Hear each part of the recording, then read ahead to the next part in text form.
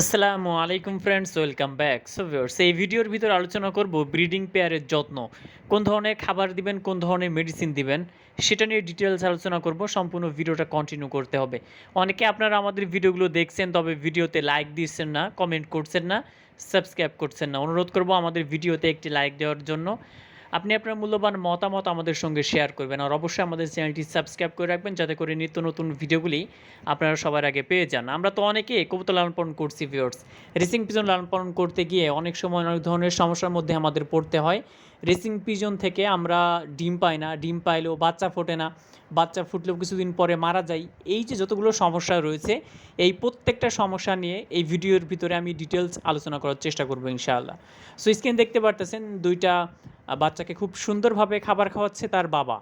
দীর্ঘ সময় ধরে কিন্তু খাবার খাওয়াচ্ছে। আমি তো ভিডিওটা শুরু করছি সবেমাত্র, এর আগে থেকেই কিন্তু খাওয়াচ্ছিল। সো এটা কখন আপনি দেখতে পাবেন? যখন আপনার কবুতরের শরীরে কোনো প্রকার কোনো ঘাটতি থাকবে না, তখন কিন্তু এই যে একটা অবস্থা, এটা আপনি দেখতে পারবেন।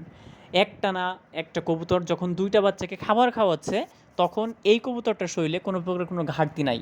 আলহামদুলিল্লাহ, আমাদের প্রত্যেকটা পিঞ্জিরাতে যেখানে কবুতর রয়েছে দুইটা, আমরা জোড়া দিয়েছি, দুইটা করে ডিম আমরা পেয়েছি, দুইটা করে বাচ্চা আমরা পেয়েছি আলহামদুলিল্লাহ। প্রত্যেকটা জোড়া থেকে আমরা বাচ্চা পেয়েছি। আর এখন যেহেতু ব্রিডিংয়ের সময়, এই সময়টাতে আমাদের একটু বাড়তি যত্ন করতে হবে। আপনারা কি করবেন? সর্বপ্রথম কথা হচ্ছে, কবুতরকে রেস্ট দিয়ে দিয়ে কবুতর থেকে বাচ্চা নিতে হবে। এটা কিন্তু খুবই গুরুত্বপূর্ণ। আপনি রেস্ট দিবেন, রেস্টের ভিতরে আপনি কি করবেন? আপনি ভিটামিন দিবেন, আপনি দিবেন ক্যালসিয়াম, আপনি দিবেন জিঙ্ক। এইগুলা কিন্তু দিতে হবে। প্রতি লিটারে 1 গ্রাম 1 ml করে 1 থেকে 5 দিন খাওয়াবেন হাইয়েস্ট। 3 দিন পর্যন্ত কন্টিনিউ করতে পারেন। 3 দিন পর্যন্ত আপনি কন্টিনিউ করবেন। এটা কন্টিনিউ যদি আপনি প্রত্যেক মাসে দেন, তাহলে 3 দিন। আর যদি আপনি যদি প্রতি মাসে আপনি না দেন, তাহলে 1 মাসে জাস্ট আপনি 5 দিন দিবেন। এরপর 1 মাস গ্যাপ দিয়ে পরের মাসে আবার 5 দিন দিলেন একটা ওষুধ, এরকম করতে পারেন। সো এটা আমি করে থাকি। প্রত্যেক মাসে যেহেতু আমি আমার প্রত্যেক কবুতরকে এই ওষুধগুলা খাওয়াই, সো আমি 3 দিন করে দিয়ে থাকি। আপনি 5 দিন দিতে পারেন, দিয়ে 1 মাস মাঝখানে গ্যাপ দিতে পারেন, কোনো সমস্যা নাই। যেহেতু এখন শীত আসছে, এই সময়টাতে যেই মেডিসিনটা বা যেই ওষুধটা খুবই জরুরি, সেটা হচ্ছে ক্যালসিয়াম। এই ক্যালসিয়ামটা পর্যাপ্ত পরিমাণে আপনি আপনার লফটে নিয়ে এসে রেখে দিবেন, স্টক করে রাখবেন, এবং আপনি চেষ্টা করবেন প্রত্যেক মাসে 5 দিন করে খাওয়ানোর জন্য ক্যালসিয়ামটা। সেক্ষেত্রে কি হবে? রেসিং পিজনের যে বেবি আসবে, এই বেবিগুলোর গ্রোথটা খুব সুন্দর হবে, এর হাড় মজবুত হবে, এর উড়ার যে ক্ষমতা, অ্যাবিলিটি, এটা ভালো হবে, এটা অ্যাবিলিটিটা বাড়বে। আপনি রেসিং পিজনের যে খাবারটা দিবেন, এই খাবারটা অবশ্যই ভালো মানের খাবার হইতে হবে শীতের মধ্যে। গরমের মধ্যে আপনি 2টা 3টা দিলেন, 4টা দিলেন, সেটা এনাফ ছিল। কিন্তু এই শীতের মধ্যে রেসিং পিজনের যে রানিং কবুতরগুলো রয়েছে, এই রানিং কবুতরকে কিন্তু আপনাকে ভালো মানের খাবার দিতে হবে। সেখানে হইতে পারে 7টা, 8টা, 9টা, 10টা, যে খাবারগুলো রয়েছে এইগুলো। আমি আপনাদের সাজেস্ট এটাই করব যে আপনি দেখবেন যে যারা নিয়মিত খাবার সেল করে, তাদের কাছ থেকে খাবার নেবেন। সো সেখানে তারা খুব ভালো মতো খাবারগুলো খুব সুন্দরভাবে মিক্স করে এবং এটা বাইরে পাঠায়।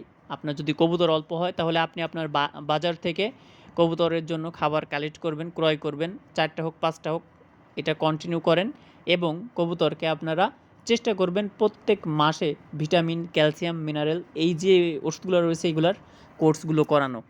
সো খাবার আপনি দেন, এবং পাশাপাশি ওষুধগুলো যদি দিতে পারেন, আশা করা যায় যে ইনশাআল্লাহ আপনার কবুতরগুলো সুস্থ থাকবে, সুন্দর থাকবে। রেসিং পিজনের যে ব্রিডিং পেয়ারগুলো রয়েছে, রেসিং পিজন যারা লালন পালন করছেন, ব্রিডিং যে পেয়ারগুলো রয়েছেন, এই পেয়ারগুলার নিয়মিত গোসল দিতে হবে ভিউয়ার্স। এটা কিন্তু খুবই জরুরি। শীতের মধ্যে আপনারা মাসে 2 দিন করে গোসল দিবেন। গরমের মধ্যে তো আমরা প্রত্যেক সপ্তাহে গোসল দিতে পারলেই ভালো হয়।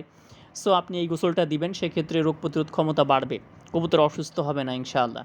শীতের মধ্যে আপনার 15 দিন পর পর একদিনে আপনারা গোসল দিবেন।